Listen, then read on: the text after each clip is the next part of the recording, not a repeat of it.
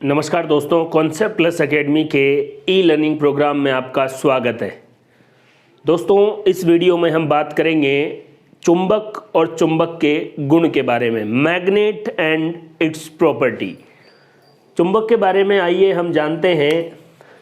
सबसे पहले मैं आपको बता दूं, एक देश है ग्रीस, वहाँ पर एक जगह है मैग्नीशिया नाम से। इस मैग्नीशिया जो जगह है, इसमें एक भेड़ चराने वाला गडरिया रहता था। उसने पहली बार एक पत्थर देखा जिसमें लोहे की चीज़ों को आकर्षित करने का गुण पाया जाता है।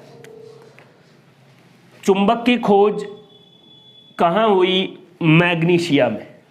वैसे इसके बारे में ऐसी भी कहावत है कि जनरली भेड़ चराने वाले या बकरी चराने वाले लोग लकड़ी रखते हैं और वो लकड़ी बार बार ज़मीन से टच होती है तो नीचे से फैल जाती है, तो फैले नहीं इसलिए वो नीचे उसके लोहे का केप लगा देते हैं।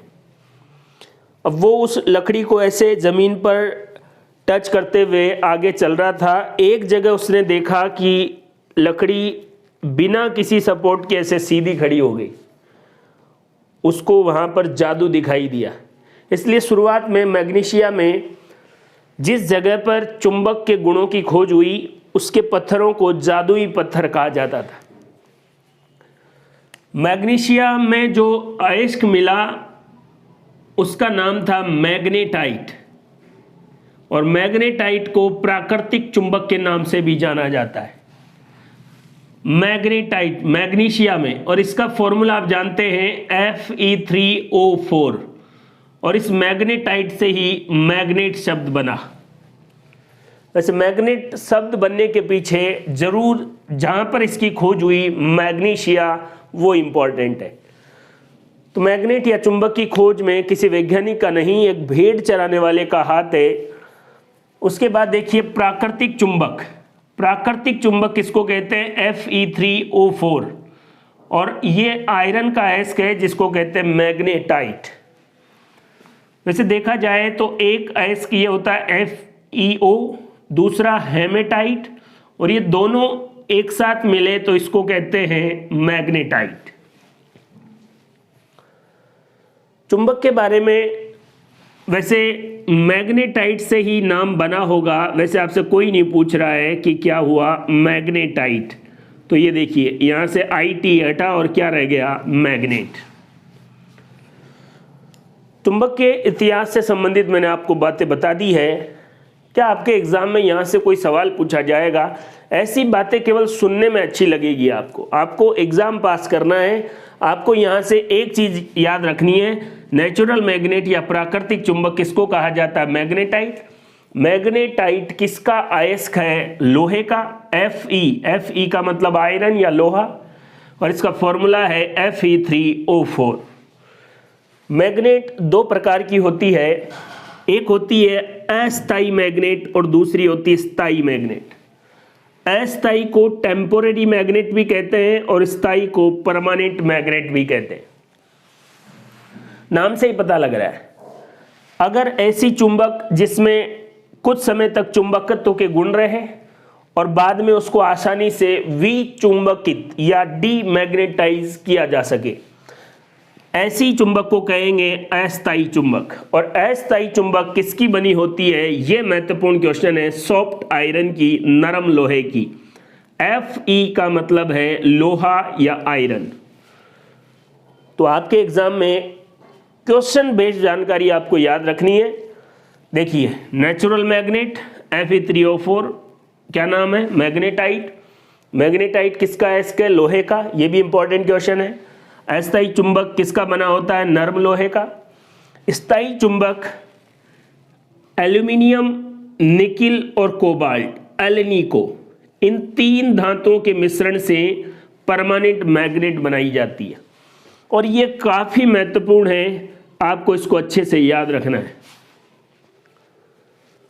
स्थायी चुंबक में एल्निको, एल्यूमिनियम, निकिल और कोबाल्ट, इन तीनों से मिलकर स्थायी या परमानेंट मैग्नेट बनाई जाती है।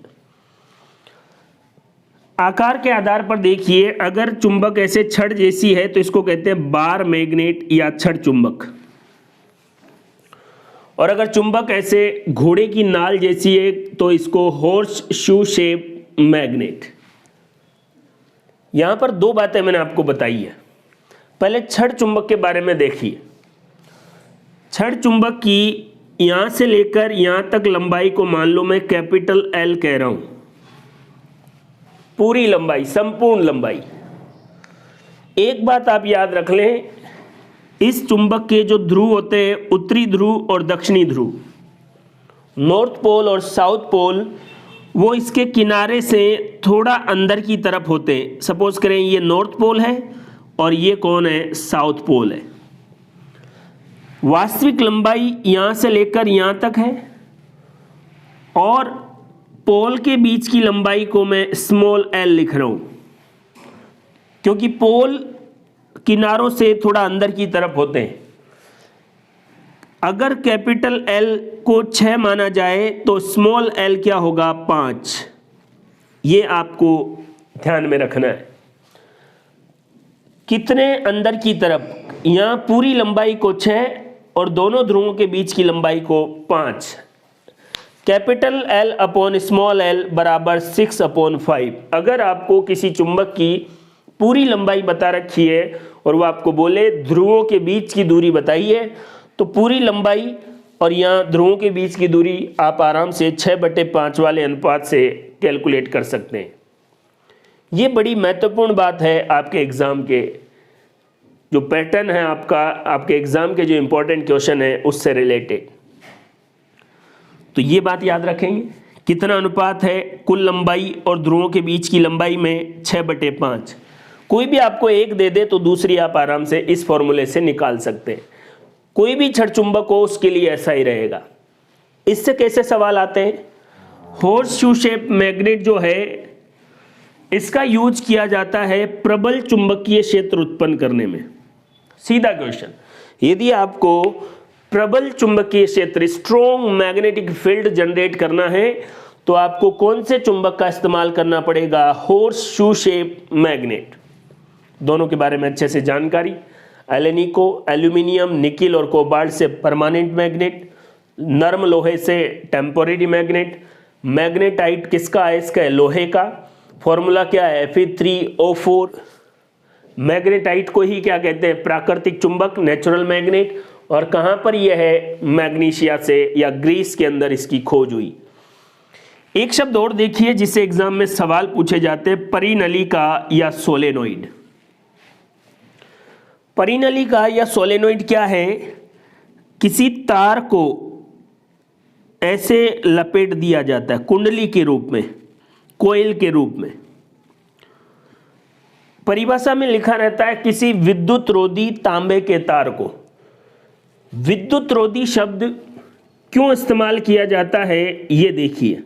कई बार बच्चे ऐसे समझ लेते हैं कि सर विद्युत रोधी तांबे का तार होगा तो फिर उसमें विद्युत धारा कैसे प्रवाहित होगी। यहां देख लीजिए, विद्युत रोधी का मतलब है इस तार के ऊपर किसी इंसुलेटर या कुचालक पदार्थ का आवरण होना चाहिए, वरना तो जब तार लपेटेंगे और गलती से ये दोनों तार टच हो गए तो धारा ऐसे बहने के बजाय सीधी बहने लग जाएगी। तो परिनलिका में एक विद्युत रोधी का मतलब उस तार के ऊपर इंसुलेटर या कुचालक पदार्थ का आवरण हो और उस तार की ऐसे कुंडली बना देंगे और फिर इस तार में क्या विद्युत धारा प्रवाहित करेंगे, और जैसे ही इसमें विद्युत धारा प्रवाहित करेंगे, ये देख लीजिए, इस तार के आसपास या इसके अंदर चुंबकीय क्षेत्र उत्पन्न हो जाएगा। और परिनलिका की खास बात यह है कि इसके अंदर जो उत्पन्न होने वाला चुंबकीय क्षेत्र है वो सभी बिंदुओं पर एक समान होता है, और एक समान चुंबकीय क्षेत्र में बल रेखाओं को ऐसे बीच की दूरी समान होती है। देखो, प्रबल चुंबकीय क्षेत्र उत्पन्न करना है तो हॉर्स शू शेप मैग्नेट लाइए। अगर आपको एक समान चुंबकीय क्षेत्र उत्पन्न करना है तो आपको परिनलिका की जरूरत है। सोलेनोइड की ज़रूरत है। और परिनलिका क्या है, एक विद्युत रोधी तांबे के तार को ऐसे कुंडली के रूप में लपेटना और उसमें विद्युत धारा प्रवाहित करना। इस कारण इस कुंडली में जैसे ही विद्युत धारा प्रवाहित होगी, इसमें एक चुंबकीय क्षेत्र उत्पन्न हो जाएगा। और कौन सा होगा ये चुंबकीय क्षेत्र? एक समान चुंबकीय क्षेत्र। ये बहुत ही इंपॉर्टेंट क्वेश्चन है कि एक समान चुंबकीय क्षेत्र उत्पन्न करने के लिए आप किस युक्ति का या उपकरण का इस्तेमाल करेंगे? परिनलिका का। तो ये सारी बातें आप अच्छे से देखें। अब आइए परिनलिका के बाद चुंबक के गुणों के बारे में बात करते हैं। दोस्तों पहली बात देखिए, आकर्षण और प्रतिकर्षण। इस बात को हम अच्छे से समझ लेते हैं कि आपके पास कोई चुंबक है, आपके पास ये चुंबक है। अब आप समझ चुके हैं कि चुंबक के किनारों से थोड़ा अंदर की तरफ क्या होते हैं? ध्रुव होते हैं, जहाँ पर इस चुंबक का सबसे ज़्यादा प्रभाव होगा। मान लीजिए एक एस है और एक एन है, नॉर्थ और साउथ। इसको मैं आपको बता चुका हूँ कि इसकी पूरी लंबाई को कैपिटल एल और दोनों ध्रुवों के बीच की दूरी को स्मॉल एल, और इनका जो रेशियो है वो क्या होता है? 6:5। ये मैं आपको अच्छे से समझा चुका हूँ। आकर्षण क्या है कि अगर चुंबक के पास कोबाल्ट, निकेल या लोहा ऐसी चीजें हैं तो ये इनको अपनी ओर आकर्षित करता है। ये गुण चुंबक का अट्रैक्शन या आकर्षण गुण कहलाता है। प्रतिकर्षण भी लिखा है, उससे पहले मैं आपको बताता हूं चुंबक की प्रकृति द्विध्रुवीय होती है, डाइपोल नेचर होती है। द्विध्रुवीय का मतलब क्या है कि ये आपके पास एक चुंबक है, इसका ये उत्तरी ध्रुव और ये दक्षिणी ध्रुव। आपने इस चुंबक को यहां से काटा, उसके बाद अगर आप देखेंगे तो ये देखिए ध्यान से, ये इसका उत्तरी ध्रुव था, ये अपने आप दक्षिणी ध्रुव बन गया, और ये दक्षिणी था, अब कौन सा बन गया? उत्तरी ध्रुव। और अगर इन दोनों को भी काटा जाए तो ये देख लीजिए, ये उत्तरी ध्रुव था, ये कौन सा हो गया? दक्षिणी, और यहाँ पर ये दक्षिणी था तो ये बन गया उत्तरी। यहाँ पर उत्तरी पहले था तो ये साउथ, और इधर भी क्या हो गया? ये देख लीजिए। कहने का मतलब अगर किसी चुंबक को आप कितने ही टुकड़े कर ले, चुंबक में द्विध्रुव या डाइपोल नेचर पाई जाती है। एक उत्तरी ध्रुव और दूसरा दक्षिणी ध्रुव होगा। तीसरी बात जो मैंने यहां पर लिखी है वो है दिक सूचक या कंपास के बारे में। दिशा सूचक, कंपास। उससे पहले मैं आपको बता दूं ये प्रतिकर्षण वाली बात। अब आपके पास मान लीजिए दो चुंबक है, अगर आप अपोजिट पोल, एक उत्तरी और दूसरे का साउथ, इनको कहेंगे विपरीत ध्रुव। अगर आप विपरीत ध्रुवों को पास पास लेके आएंगे तो क्या होगा? आकर्षण होगा, अट्रैक्शन होगा। लेकिन आप समान साउथ साउथ या नॉर्थ नॉर्थ को पास में लेके आएंगे तो फिर इन ध्रुवों के बीच क्या होगा? प्रतिकर्षण होगा। इस बात को भी आप अच्छे से समझ लें। समान ध्रुव एक दूसरे को प्रतिकर्षित करते हैं, लाइक पोल रिपेल करते हैं, और अनलाइक या विपरीत ध्रुव आकर्षित करते हैं। तो आकर्षण, प्रतिकर्षण, द्विध्रुव। अब बात करते हैं कंपास या दिक् सूचक के बारे में। दोस्तों चाहे आप कंपास ले लें, ये कंपास है आपके पास, इसकी सुई हमेशा उत्तर दक्षिण दिशा में ही ठहरेगी। ये देख लीजिए, जब तक कोई इसके आसपास चुंबकीय क्षेत्र नहीं हो। अगर कंपास की सुई आप केवल ऐसे आसपास कोई और चुंबकीय क्षेत्र नहीं हो तो उसकी सुई हमेशा उत्तर दक्षिण दिशा में ठहरेगी। या किसी छड़ चुंबक को भी अगर आप स्वतंत्रता पूर्वक लटकाते हैं तो वो भी हमेशा उत्तर दक्षिण दिशा में ठहरेगी। ये बात आप समझ लें।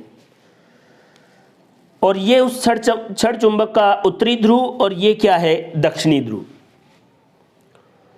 उत्तरी और दक्षिणी क्यों कह रहे हैं, या कंपास की सुई हमेशा उत्तर दक्षिण दिशा में, एक क्षण चुंबक को स्वतंत्रता पूर्वक लटकाने पर वो उत्तर दक्षिण दिशा में क्यों ठहरती है, इसके बारे में देखिए। ये आपकी पूरी पृथ्वी है और आप यहां पर कंपास या चुंबक को रख रहे हैं। ध्यान से देखना भाई, चुंबक का जो सिरा उत्तरी ध्रुव की तरफ हो उसे नॉर्थ पोल, और जो दक्षिणी ध्रुव की तरफ हो उसको साउथ पोल कहते हैं। अब ये हमेशा उत्तर दक्षिण दिशा में क्यों ठहरती है, क्योंकि ये जो पृथ्वी है ये पूरी की पूरी पृथ्वी एक विशाल चुंबक की तरह व्यवहार करती है। अब ज्योग्राफिकली या भौगोलिक रूप से ये वाला कौन सा ध्रुव है, उत्तरी ध्रुव, इस बात को ध्यान रखना।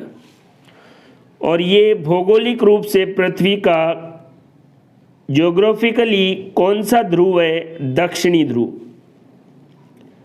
लेकिन अगर पृथ्वी विशाल चुंबक की तरह व्यवहार करती है तो पृथ्वी का भौगोलिक उत्तरी ध्रुव उस चुंबक के दक्षिणी ध्रुव की तरह व्यवहार करता है, और पृथ्वी अगर पूरी चुंबक है तो इसका भौगोलिक दक्षिणी ध्रुव इसके चुंबक के उत्तरी ध्रुव की तरह व्यवहार करता है, और ये दक्षिण उत्तर को अपनी ओर आकर्षित करता है। यहाँ पर भी एक दूसरे को आकर्षित करते हैं, इसलिए कोई भी क्षण चुंबक या कंपास की सुई हमेशा उत्तर दक्षिण दिशा में ठहरती है। जवाब क्या बोलेंगे आप, कि पूरी पृथ्वी एक विशाल चुंबक की तरह व्यवहार करती है। अगर पृथ्वी चुंबक है तो उसका दक्षिणी ध्रुव किधर की तरफ है, जिधर भौगोलिक उत्तरी ध्रुव है। उसका पृथ्वी का उत्तरी ध्रुव किधर है, चुंबक वाला, जिधर पृथ्वी का भौगोलिक दक्षिणी ध्रुव है। इस कारण अगर स्वतंत्रता पूर्वक लटकी हुई चुंबक और कंपास की सुई हमेशा उत्तर दक्षिण दिशा में ठहरती है। एक बात मैं आपको यहां पर बता देता हूं, ये देखिए,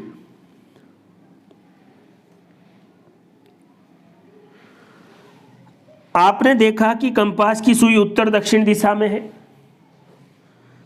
किसी जगह पर ले जाने पर कंपास की सुई ऐसे हिल गई, इसका मतलब आप समझ लीजिए आसपास कोई चुंबकीय क्षेत्र है।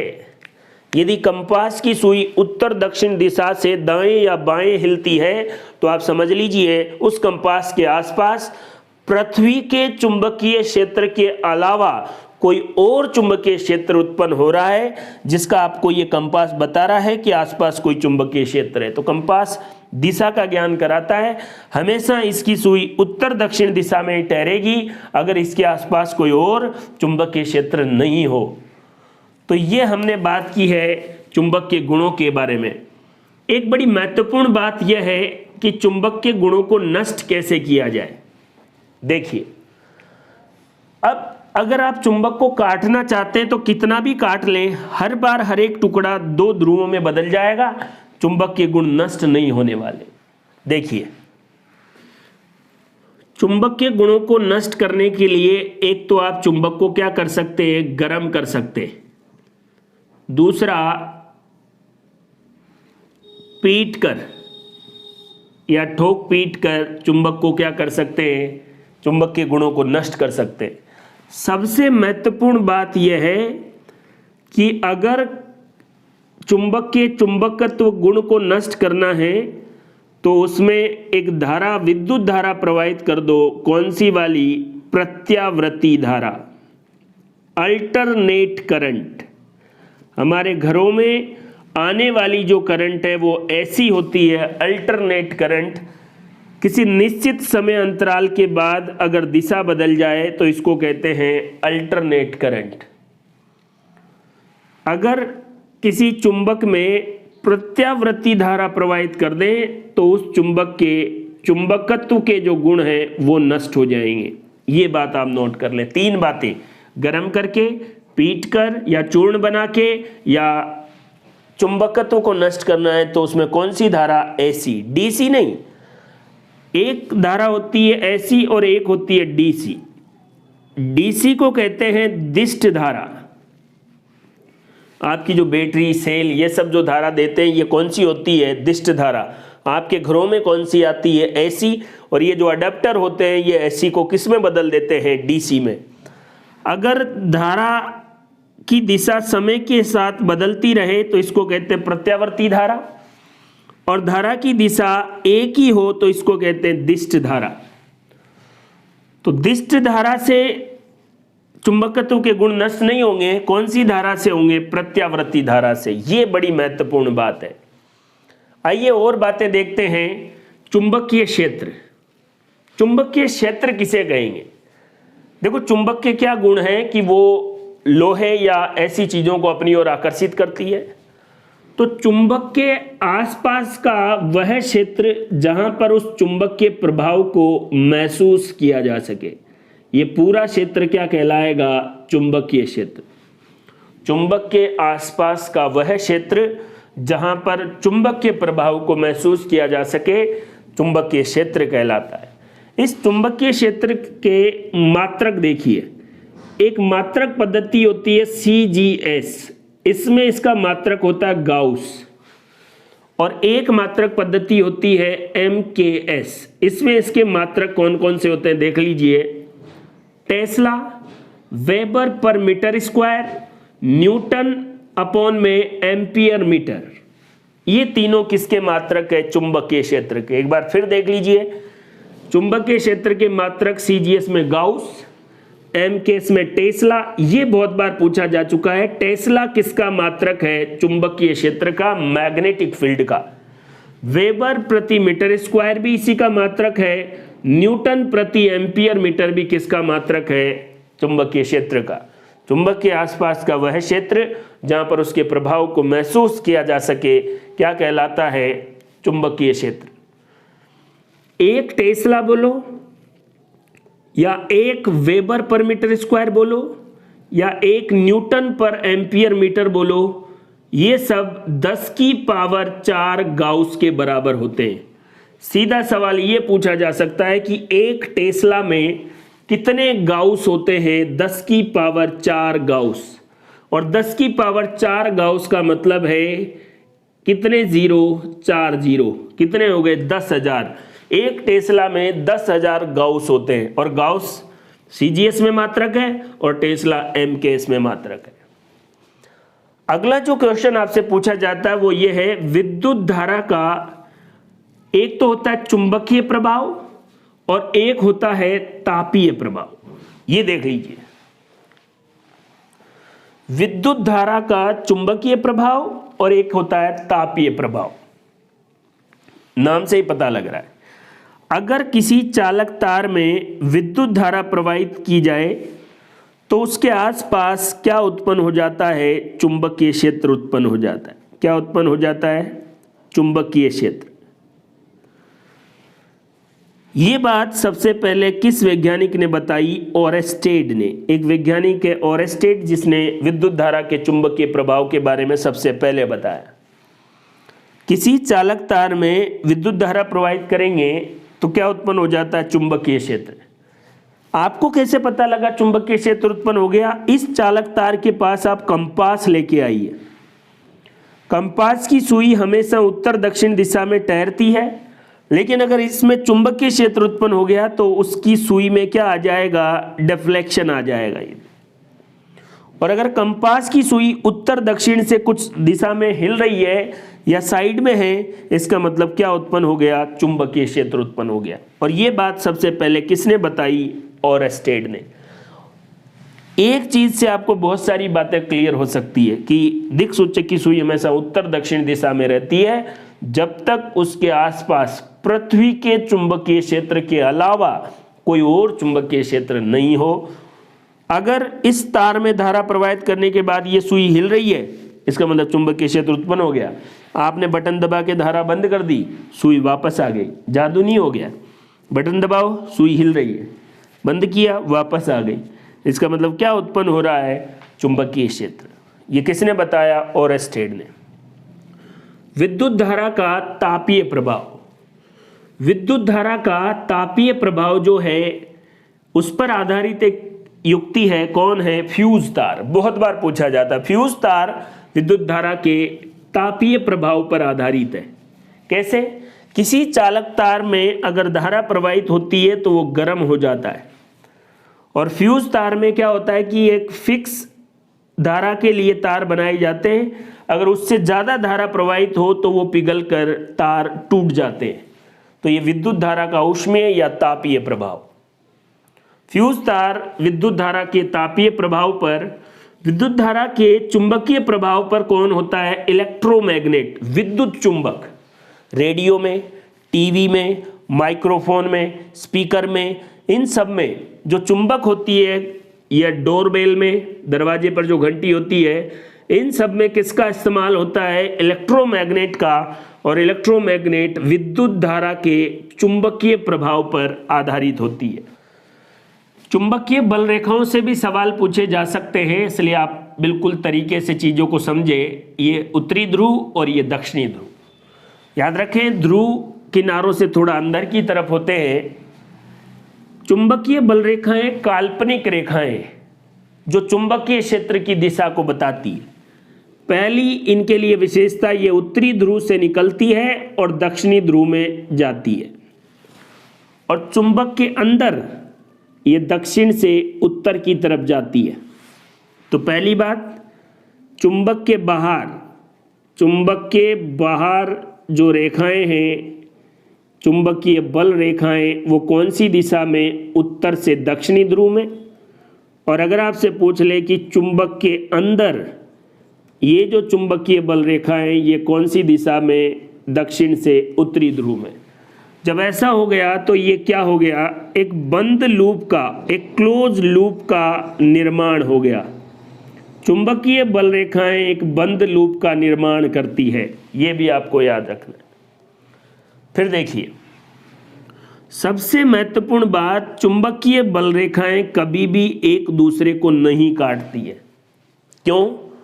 अगर काटेगी तो किसी एक बिंदु पर चुंबकीय क्षेत्र की दिशा क्या हो जाएगी? 2 हो जाएगी, जो असंभव है। क्या चुंबकीय बल रेखाएं एक दूसरे को काटेगी? नहीं। अगर काटेगी तो एक बिंदु पर चुंबकीय क्षेत्र की दिशा 2 हो जाएगी, जो कि असंभव है। ये चुंबकीय बल रेखाओं से संबंधित बातें। अब आपके पास ये देखिए, यहाँ पर कोई चुंबक है, ये उत्तरी ध्रुव और ये दक्षिणी ध्रुव।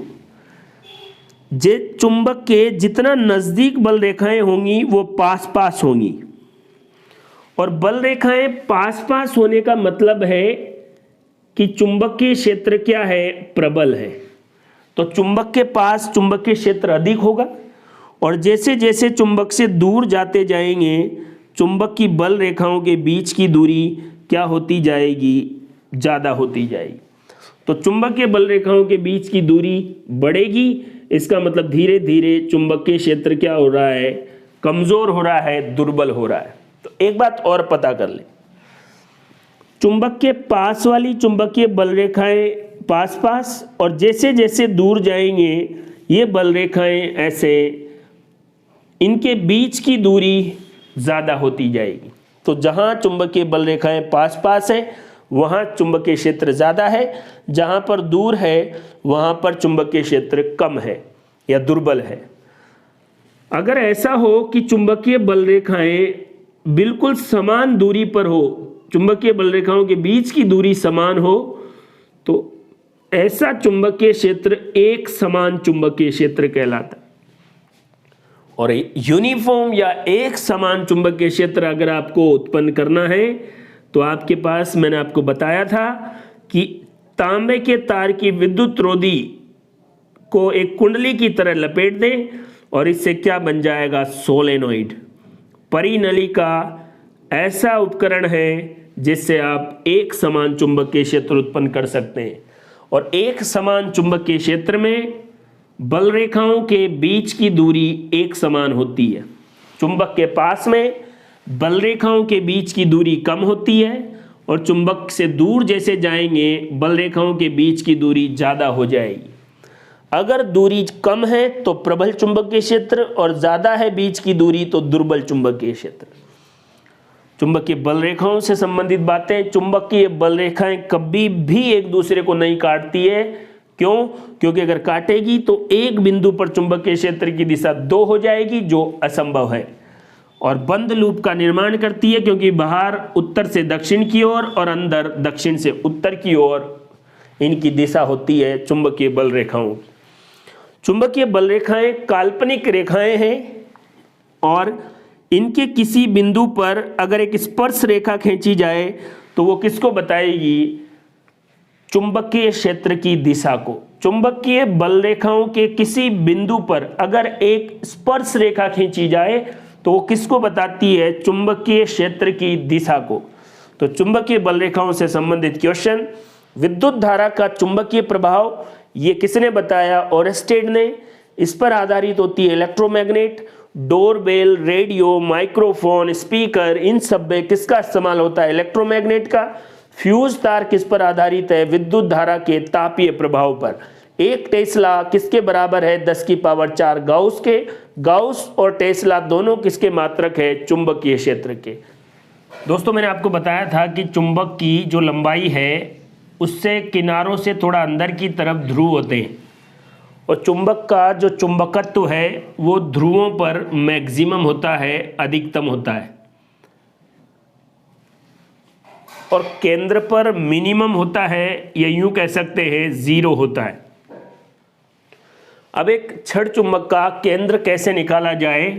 क्योंकि छड़ चुंबक एक आयत की तरह होता है, तो यहाँ से एक विकर्ण बना लें और ये दूसरा विकर्ण या डायगोनल, और ये जहाँ पर भी मिले ये इसका केंद्र बिंदु हो जाएगा, और इस केंद्र पर चुंबकत्व क्या होगा? मिनिमम होगा। ये चीज़ आप याद रखें। चुंबक का मैग्नेटिज्म मैक्सिमम कहाँ पर होगा? पोल्स पर, और मिनिमम कहाँ पर होगा? सेंटर पर। चुंबक को अगर आपको नष्ट करना है, चुंबक का चुंबकत्व, तो आपको क्या करना पड़ेगा? गर्म करना पड़ेगा। और इसके बारे में सबसे पहले एक वैज्ञानिक है मैडम क्यूरी, इन्होंने बताया। देखो, पहले चुंबक जब उसमें चुंबकत्व के गुण हैं तो वो कौन सा पदार्थ है? लोह चुंबकीय पदार्थ। और गर्म करने के बाद, ये त्रिभुज का मतलब है गर्म करना, और गर्म करने के बाद वो किस में बदल जाता है? अनुचुंबकीय पदार्थ में। मैडम क्यूरी ने बताया था कि लोह चुंबकीय पदार्थों को गर्म करने पर वो किस में बदल जाते हैं? अनुचुंबकीय पदार्थ में। कहने का मतलब गर्म करने से चुंबक का मैग्नेटिज्म या चुंबकत्व नष्ट हो जाता है। तो चुंबकत्व को गर्म करके नष्ट करने के बारे में सबसे पहले किस वैज्ञानिक ने बताया? मैडम क्यूरी ने। और वास्तव में उन्होंने बताया था कि लोह चुंबकीय पदार्थों को किस में बदला जा सकता है? अणुचुंबकीय पदार्थों में। क्या करके? गर्म करके। अब लोह चुंबकीय पदार्थ क्या होते हैं, अणुचुंबकीय पदार्थ क्या होते हैं, इस बारे में भी एग्जाम में क्वेश्चन पूछे जाते हैं। चुंबकीय गुणों के आधार पर पदार्थों के जो प्रकार है वो 3 हैं: प्रतिचुंबकीय, अनुचुंबकीय और लोह चुंबकीय। इसके बारे में देखिए, ऐसे पदार्थ जो चुंबकीय क्षेत्र से प्रतिकर्षित होते हैं प्रतिचुंबकीय, जो चुंबकीय क्षेत्र से अल्प रूप से आकर्षित होते हैं वो अनुचुंबकीय, और जो चुंबकीय क्षेत्र में प्रबल रूप से आकर्षित होते हैं वो लोह चुंबकीय। और प्रबल रूप से आकर्षित होने वाले लोह चुंबकीय पदार्थों को गर्म करके किस में बदला जा सकता है? अणुचुंबकीय पदार्थों में। तो कौन प्रतिचुंबकीय है? जो चुंबकीय क्षेत्र से प्रतिकर्षित होते हैं। इसका उदाहरण भी ध्यान में रखना है: सोना, चांदी और तांबा। अनुचुंबकीय पदार्थ का एग्जाम्पल है ऑक्सीजन, एल्यूमिनियम और आयरन ऑक्साइड। और लोह चुंबकीय पदार्थ का जो प्रबल रूप से आकर्षित करते हैं चुंबकीय क्षेत्र में या चुंबक को, और इसका एग्जाम्पल है कौन? Fe। चुंबकीय क्षेत्र से प्रतिकर्षित होते हैं प्रतिचुंबकीय, चुंबकीय क्षेत्र से अल्प रूप से आकर्षित होते हैं अनुचुंबकीय, और चुंबकीय क्षेत्र से या चुंबक की तरफ प्रबल रूप से आकर्षित होते हैं वो लोह चुंबकीय। लोह चुंबकीय का उदाहरण Fe आयरन, अनुचुंबकीय का ऑक्सीजन, एल्यूमिनियम, और प्रतिचुंबकीय का सोना, चांदी और कॉपर। देखिए इसी के बारे में, प्रतिचुंबकीय को कहते हैं डायामैग्नेटिक, अनुचुंबकीय को पैरामैग्नेटिक और लोह चुंबकीय को फेरोमैग्नेटिक कहा जाता है। प्रति चुंबकीय पदार्थ वो होते हैं जिसमें इलेक्ट्रॉन युग्म के रूप में पाए जाते हैं। और इसमें क्या होता है, ये प्रति चुंबकीय वाला गुण इलेक्ट्रॉन की कक्षीय गति के कारण होता है। कक्षीय गति क्या होती है आपको पता है, जब आप क्वांटम संख्या समझते हैं तो इलेक्ट्रॉन का चक्रण ऐसा होता है। एक कक्ष में जो इलेक्ट्रॉन होते हैं, एक क्लॉकवाइज चक्र लगाता है, दूसरा एंटी क्लॉकवाइज चक्र लगाता है।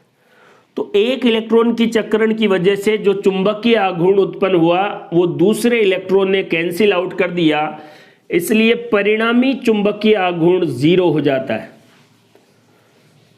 और परिणामी चुंबकीय आघूर्ण 0 किसकी वजह से हुआ है? इलेक्ट्रॉन की कक्षीय गति के कारण। और ये किस सिद्धांत पर? क्योंकि इसमें इलेक्ट्रॉन युग्म के रूप में पाए जाते हैं, जोड़ों के रूप में। एक मान लीजिए क्लॉकवाइज दिशा में घूम रहा है तो दूसरा एंटी क्लॉकवाइज में, एक दूसरे के प्रभाव को निरस्त कर देंगे। इसीलिए ये चुंबकीय क्षेत्र से प्रतिकर्षित होते हैं, क्योंकि इनका परिणामी चुंबकीय आघूर्ण 0 होता है। एक बात और, आपके पास कोई एक चुंबकीय क्षेत्र है जिसको मैं बी बोल रहा हूं, अगर इसमें एक प्रति चुंबकीय पदार्थ लाया जाए तो प्रति चुंबकीय पदार्थ के बाद इसका चुंबकीय क्षेत्र क्या हो जाएगा? और कम हो जाएगा। किसी चुंबकीय क्षेत्र में प्रति चुंबकीय पदार्थ को लाने पर चुंबकीय क्षेत्र की वैल्यू या उसका परिमाण और क्या हो जाता है? कम हो जाता है। अब देखिए, अनुचुंबकीय या पैरामैग्नेटिक, ये उन पदार्थों में होता है जिनमें अयुग्मित इलेक्ट्रॉन होते हैं। और अयुग्मित इलेक्ट्रॉन के कारण अब देखो प्रभाव कैंसिल आउट नहीं होगा। अब इलेक्ट्रॉन की कौन सी गति? चक्रण गति के कारण क्या उत्पन्न हो जाएगा? चुंबकीय आघूर्ण। और ये चुंबकीय आघूर्ण 0 नहीं होगा, इसका चुंबकीय आघूर्ण कुछ न कुछ होगा। इसी चुंबकीय आघूर्ण की वजह से ये चुंबकीय क्षेत्र की तरफ अल्प रूप से आकर्षित होते हैं। और किधर की तरफ? कम चुंबकीय क्षेत्र से हाई चुंबकीय क्षेत्र की तरफ गति करते हैं। प्रति चुंबकीय पदार्थ अधिक हाई चुंबकीय क्षेत्र से लो चुंबकीय क्षेत्र की तरफ जाएंगे, क्योंकि ये तो प्रतिकर्षित होते हैं, और ये कम चुंबकीय क्षेत्र से अधिक चुंबकीय क्षेत्र की तरफ जाएंगे। फेरोमैग्नेटिक या लोह चुंबकीय पदार्थ में इलेक्ट्रॉन की चक्रण गति नहीं, एक डोमेन संरचना होती है। और इस डोमेन संरचना के कारण ही ये प्रबल रूप से आकर्षित होते हैं। क्या होता है डोमेन? ये देखिए, पदार्थ के कुछ विशेष क्षेत्र में एक ऐसा क्षेत्र होता है जिस पूरे क्षेत्र में इलेक्ट्रॉन का जो डायरेक्शन है चक्रण का वो एक होता है। जैसे पूरे क्षेत्र में इलेक्ट्रॉन के चक्रण की दिशा ये है, इस पूरे क्षेत्र में इलेक्ट्रॉन के चक्रण की दिशा ये है, इस पूरे क्षेत्र में इलेक्ट्रॉन के चक्रण की दिशा ये है। इस पूरे पदार्थ को मैंने 3 डोमेन में डिवाइड कर दिया।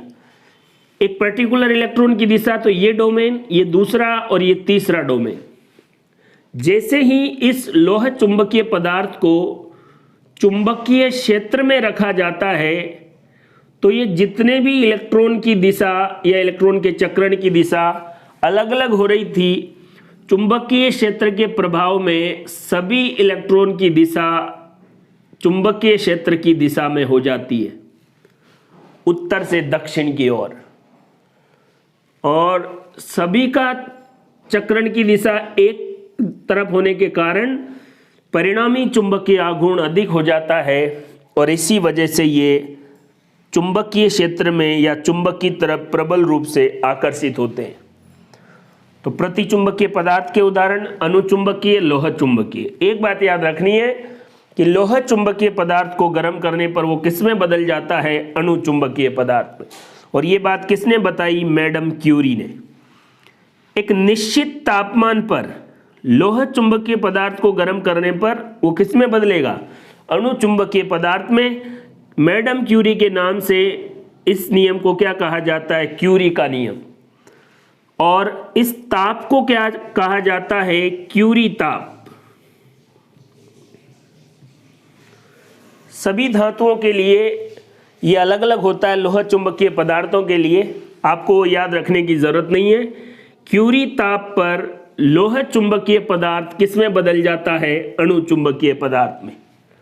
तो एक बात तो आप समझ गए कि चुंबक के जो गुण हैं वो तापमान बढ़ने पर कम होते हैं, इसलिए चुंबकीय गुण इनवर्सली प्रोपोर्शनल, व्युत्क्रमानुपाती है किसके? तापमान के। तापमान बढ़ेगा तो ये क्या हो जाएंगे? कम हो जाएंगे।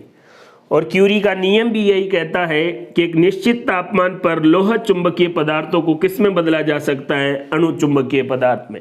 और जिस निश्चित तापमान पर यह घटना होती है उसको क्या कहा जाएगा? क्यूरी ताप। एग्जाम में आपसे पूछा जाए कि क्यूरी का नियम किन पदार्थों के लिए लागू होता है? क्यूरी का नियम किन पदार्थों के लिए लागू होता है? तो इसका जवाब आप याद रख लें। कौन से पदार्थों को बताना है? अणुचुंबकीय पदार्थों को। कई बार बच्चे की सर लोह चुंबकीय पदार्थ फिर बदले हैं अणुचुंबकीय पदार्थ में, तो क्यूरी का नियम लोह चुंबकीय पदार्थों के लिए होगा? नहीं, लोह चुंबकीय पदार्थ क्यूरी तापमान पर किस में बदल गए हैं? अणुचुंबकीय पदार्थों में। इसलिए आपको एग्जाम में सही क्या करना है कि क्यूरी का नियम किन पदार्थों के लिए लागू होता है? अणुचुंबकीय या पैरामैग्नेटिक पदार्थों के लिए। एक चीज और याद रख लें, ट्रांसफार्मर के अंदर जो क्रोड होती है वो नर्म लोहे की होती है, और नर्म लोहे से याद करो कौन सी मैग्नेट बनाई जाती है? Temporary magnet. और ये आसानी से क्या हो सके? विचुंबकित हो सके। तो चुंबक से जुड़े हुए जितने भी महत्वपूर्ण कॉन्सेप्ट थे हमने अच्छे से बात कर लिए हैं।